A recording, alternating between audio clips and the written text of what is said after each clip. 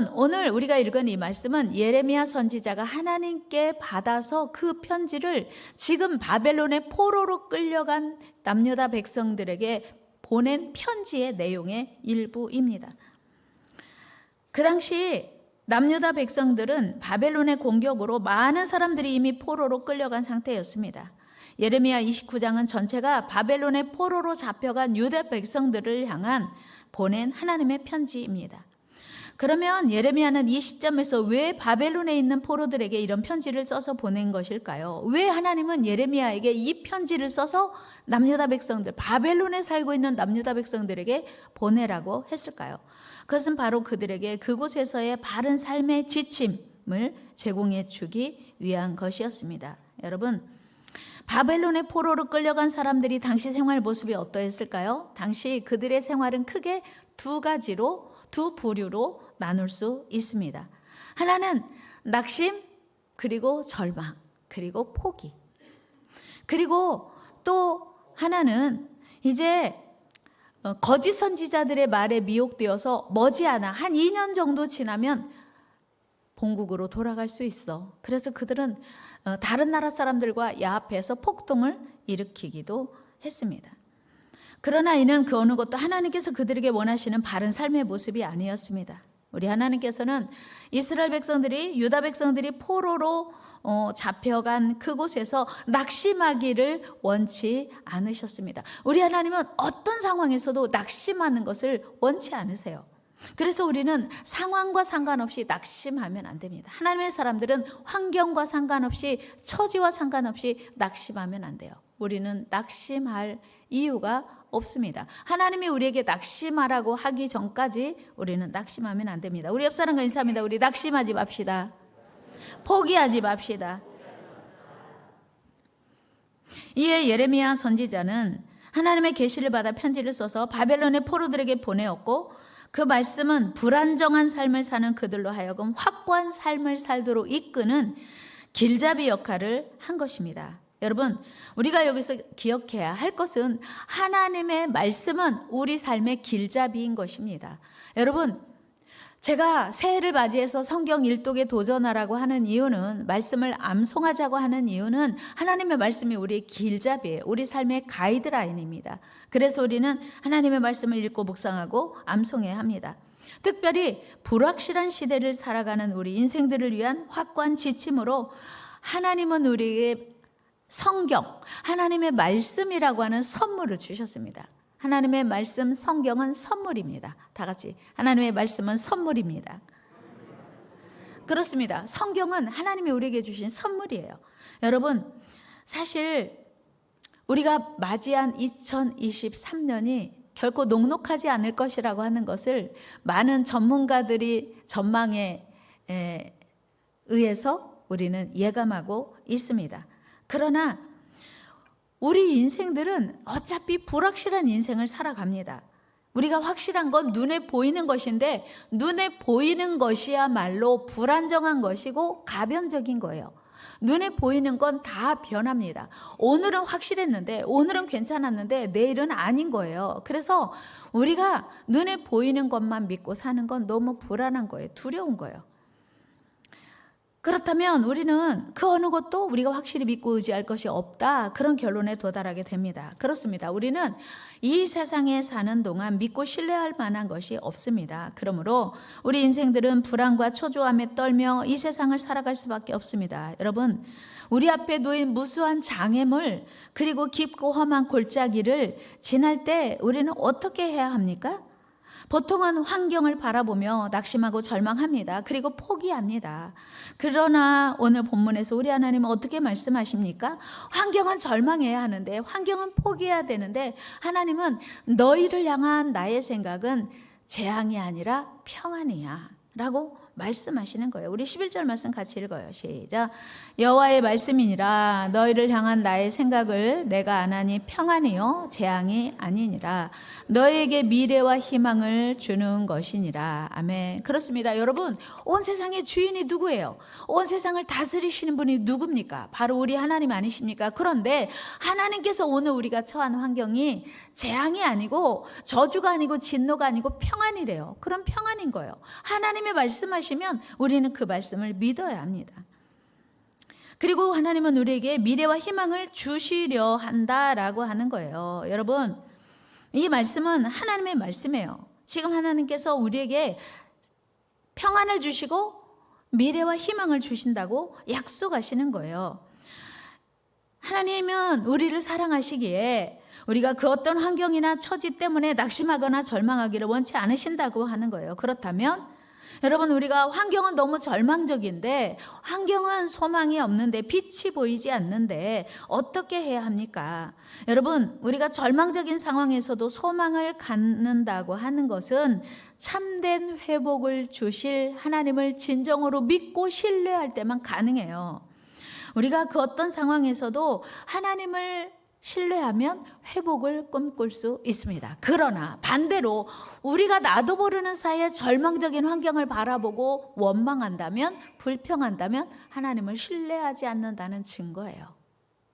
여러분은 어려움이 오면 절망하십니까? 아니면 원망하고 불평하십니까?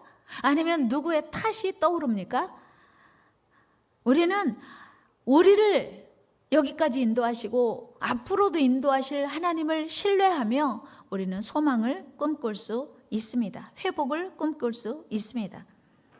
여러분, 우리가 처한 환경이 아무리 절망적이라 할지라도 패배감이나 무기력에 빠지면 안 되는 이유입니다. 여러분, 우리나라가 일제강점기 때 일제 탄압 아래서 얼마나 무기력하게 살았습니까? 얼마나 고통 속에 살았습니까? 그때 우리 국민들의 모습은 어떠했습니까? 더 말할 나위 없이 게으르고 나태하고 무기력하게 살았어요. 왜요?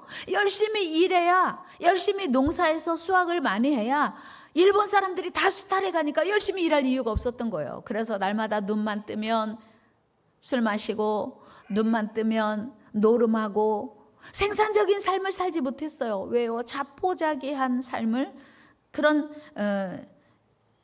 상황에 있었기 때문이었어요. 아무리 아끼고 모아도 결국은 다 빼앗길 것이기에 우리 국민들은 절망에 빠지고 술에 빠지고 노름에 빠졌던 것입니다.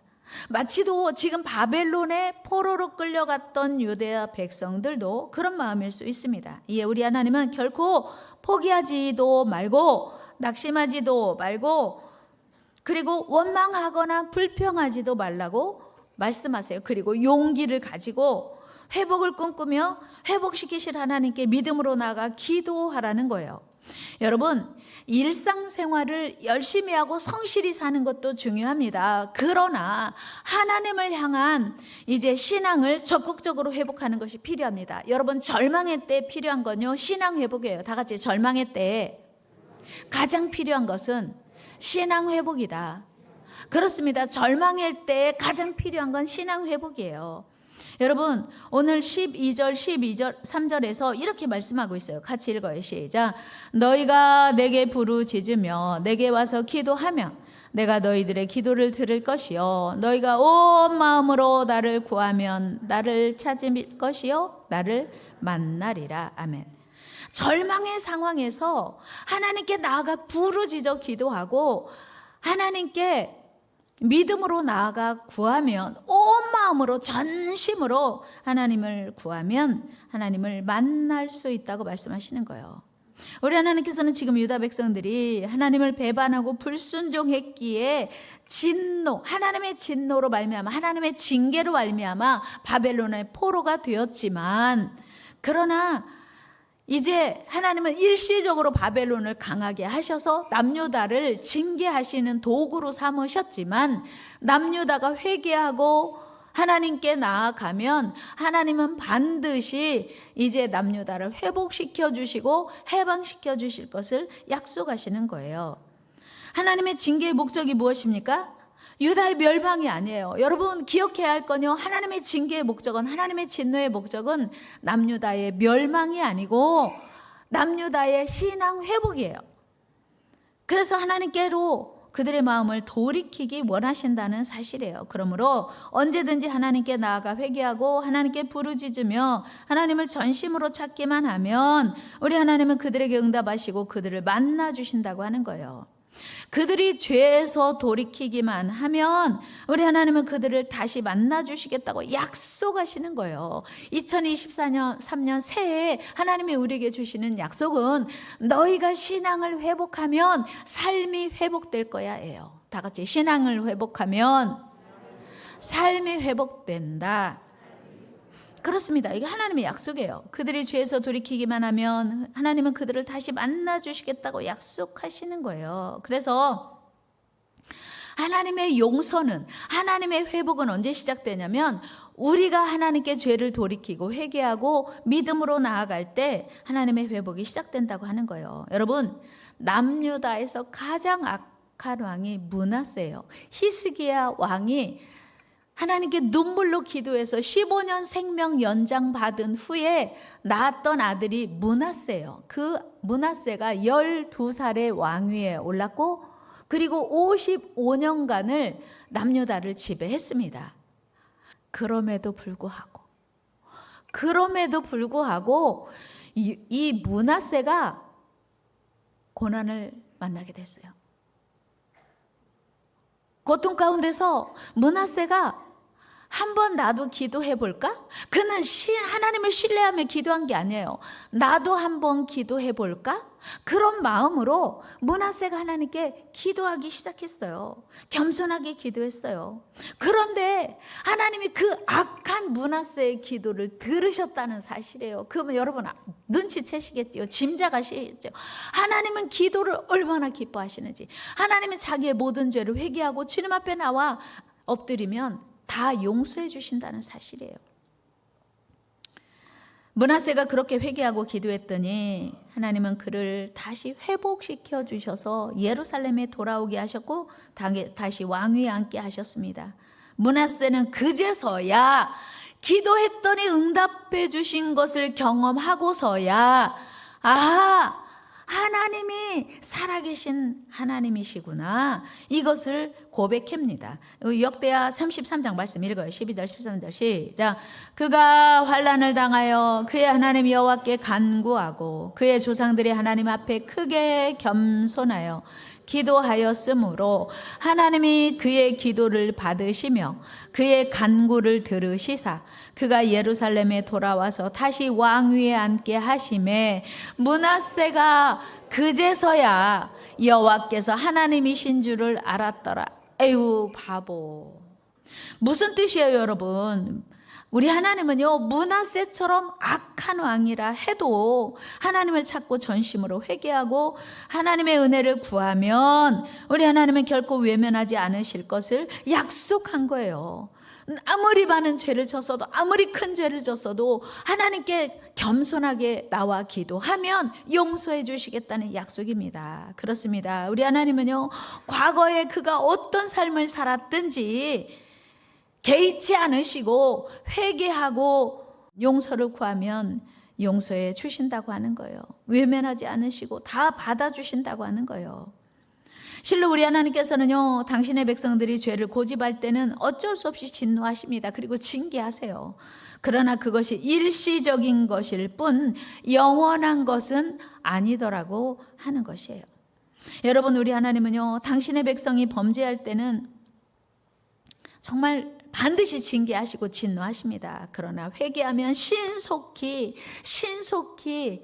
뜻을 돌이키시고 회복시켜 주시더라고 하는 거예요. 여기서 중요한 단어가 뭐냐면 온 마음으로예요. 전심으로예요. 우리가 하나님 앞에 전심으로 나갈 이유예요. 신명기 4장 29절 말씀 같이 읽어요. 시작. 그러나 네가 거기서 내 하나님 여호와를 찾게 되리니 만일 마음을 다하고 뜻을 다하여 그를 찾으면 만나리라. 아멘. 무슨 뜻입니까? 전심으로 하나님을 찾고 온 마음으로 하나님을 사랑하고 섬기라고 하는 거예요. 여러분 솔로몬을 보면 더 분명하게 알 수 있습니다. 여러분 솔로몬이 다스리는 그 왕성하던 이스라엘 나라가 둘로 나누어지게 된 이유가 무엇입니까? 그것은 바로 솔로몬이 온 마음으로 하나님을 사랑하기로 약속을 했었어요. 우리 열왕기상 3장 3절 말씀 읽어요. 시작. 솔로몬이 여호와를 사랑하고 그의 아버지 다윗의 법도를 행하였으나 산당에서 제사하며 분향하였더라. 솔로몬은요 하나님을 전심으로 사랑하기 위해 1,000번제도 드렸어요. 그런데 안타깝게도 그의 마음이 점점 더 하나님을 멀리하게 되었습니다. 열왕기상 11장 33절 시작. 이는 그들이 나를 버리고 시돈 사람의 여신 아스다롯과 모압의 신 그모스와 암몬 자손의 신 밀곰을 경배하며 그의 아버지 다윗이 행함 같지 아니하여 내 길로 행하지 아니하며 나 보기에 정직한 일과 내 법도와 내 율례를 행하지 아니함이니라. 하나님은요 분명히 솔로몬에게 약속하셨어요. 네가 하나님만 사랑하고 하나님의 율례와 법도와 규례를 지켜 행하면 그의 나라를 영원히 길게 해주시겠다고 했어요. 열왕기상 3장 14절 말씀 읽습니다. 시작. 네가 만일 내 아버지 다윗이 행한 같이 내 길로 행하며 내 법도와 명령을 지키면 내가 또 네 달을 길게 하리라. 이건요 생명이 길고 왕위가 길고 명예가 길고 영광이 길 것을 약속하는 거예요. 여러분이 이 세상에서 생명이 길기를 원하십니까? 여러분들의 신분이 상승되기 원하십니까? 여러분들이 명예롭게 살기를 원하십니까? 그러면 여호와의 법도를 행하고 그 명령과 규례를 지켜 살기를 주의 이름으로 축원합니다. 하나님은 솔로몬에게만 약속하신 게 아니에요. 오늘 우리에게도 동일하게 약속하시는 말씀이에요. 그런데 솔로몬은 하나님이 이렇게 약속하셨음에도 불구하고 하나님을 배반하고 우상을 섬겼습니다. 여러분 지금 본문의 유대 백성들이 처한 상황은 낙심과 절망 이외에 다른 가능성이 전혀 없는 상황이에요. 왜요? 그들의 마음이 하나님에게서 멀어졌기 때문에 바벨론의 포로로 잡혀갔기 때문이에요. 하나님을 멀리한 결과 고통 가운데 있기 때문이었어요. 그런데 하나님이 그런 상황에서도 원망하고 불평할 일이 아니라 포기할 것이 아니라 하나님께 부르짖어 기도하라고 말씀하세요. 여러분 지금 낙심과 절망할 일이 있습니까? 포기하고 싶으십니까? 포기하면 안 돼요. 절망하면 안 돼요. 하나님께 부르짖어 기도하셔야 됩니다. 그러면 하나님은 들어주실 뿐만 아니라 온 마음으로 하나님을 사랑하고 하나님의 얼굴을 구하면 만나주신다고 약속하셨어요. 여러분 이 은혜가 여러분들에게 임하기를 주의 이름으로 축복합니다. 주의 이름으로 축복합니다. 사랑하는 여러분, 우리가 하나님을 사랑하되 하나님을 섬기되 온 마음으로 사랑하고 섬겨야 하는 이유입니다. 이제 우리 앞에 2023년 새해가 밝았습니다. 그러나 우리 앞에 핑크빛 미래가 아니고 부푼 기대만 있는 건 아닙니다. 살아봐서 알잖아요. 특별히 올해는 모든 것이 작년보다 더 어렵고 힘들 것이라고들 전망합니다. 그러나 우리는 그들의 말에 귀를 기울이면 안 됩니다.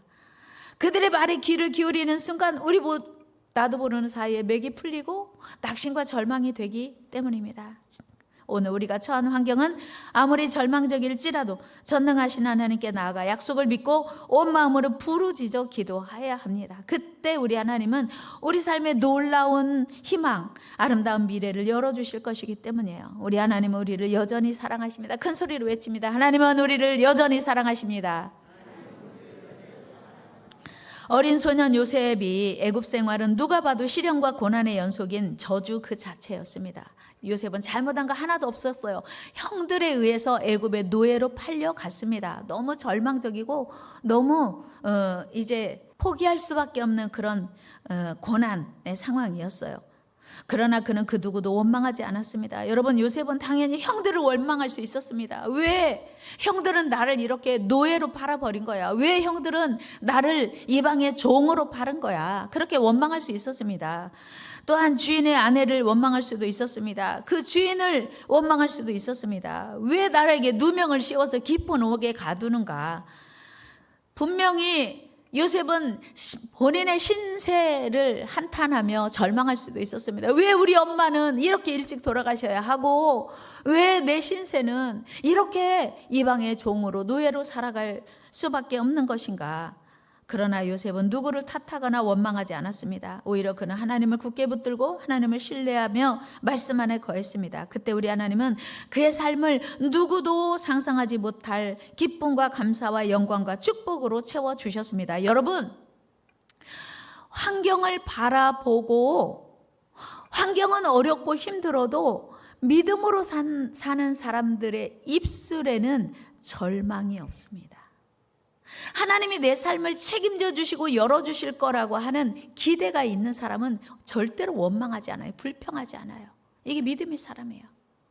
요셉은요, 한 번도 원망하고 불평한 적이 없어요. 그리고 하나님을 신뢰했습니다. 사랑하는 여러분, 우리는 모든 것이 절망이라고, 모든 것이 끝났다고 환경은 우리에게 말할 수 있습니다. 그러나 하나님은 우리에게 아직 끝난 거 아니라고, 모든 것이 절망이 아니라 희망이라고, 평안이라고 말씀하십니다. 이제 우리 모두는 전능자 하나님의 말씀 따라 다시 용기를 내야 합니다. 다시 기도의 자리로 나아가야 합니다. 하나님이 준비하시고 기다리시는 은혜의 자리, 회복의 자리로 나아가야 합니다. 하나님이 끝났다고 할 때까지는 끝난 것이 아니기 때문이에요. 하나님이 절망이 해도 좋다고 말할 때까지 우리는 절망하면 안 됩니다. 아직 끝이 아니기 때문이에요. 한번 같이 해봅니다. 하나님이 끝났다고 하시기 전까지는 끝난 것이 아니다. 하나님이 절망해도 좋다고 하실 때까지 절망하면 안 됩니다. 그렇습니다. 우리는 재앙이라고 말하는데 하나님은 평안이라고 말씀하세요. 우리 모두 새롭게 맞이한 새해를 가능성이 없다고 미리 포기하면 안 되는 이유예요. 우리는 힘들수록 하나님을 의지하고 하나님께 나아가야 합니다. 다시 회복시켜 주실 하나님을 기대하며 기도의 자리로 나아가야 합니다. 회복의 자리로 나아가야 합니다. 여러분, 기도의 자리로 나아가는 순간 회복이 열려요. 삶이 바뀝니다. 형편이 바뀝니다. 신분이 바뀝니다. 여러분, 성공과 실패의 차이가 무엇인지 아십니까? 성공한 사람은 좌절이 없습니다.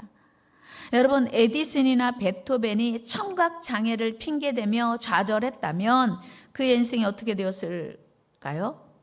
그 위대한 전기가 발명되었을까요? 그 엄청난 교향곡이 과연 나올 수 있었을까요? 밀턴이 시각장애를 핑계대며 낙심과 절망 속에 빠져 지냈다면 그의 신라권은 어떻게 되었을까요? 세르반테스가 감옥에 수감된 것을 구실로 인생을 포기했다면 돈키호테라고 하는 그 유명한 소설이 나올 수 있었을까요? 결코 없었습니다. 귀가 들리지 않음에도 불구하고 베토벤은 낙심하지 않았습니다. 에디슨은 절망하지 않았습니다. 포기하지 않았습니다. 밀턴은 앞을 볼 수 없었지만 포기하지 않았습니다.